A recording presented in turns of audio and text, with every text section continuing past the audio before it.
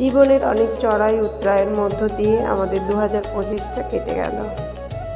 আজ 2026-এর 1 জানুয়ারি আমরা এসেছি কাশীপুর উদ্যানবাটি কল্পতরু উৎসবে।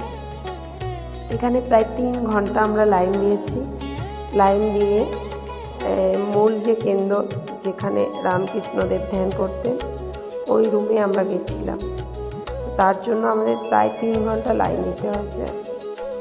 বহু দূর থেকে অনেক মানুষ এই উৎসবে এসে সামিল হন। এই হলো সেই কল্পতরু গাছ।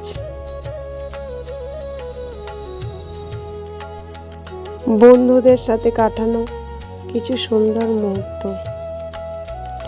ঈশ্বরের কাছে কামনা করি 2026টা সবার ভালোই কাটুক।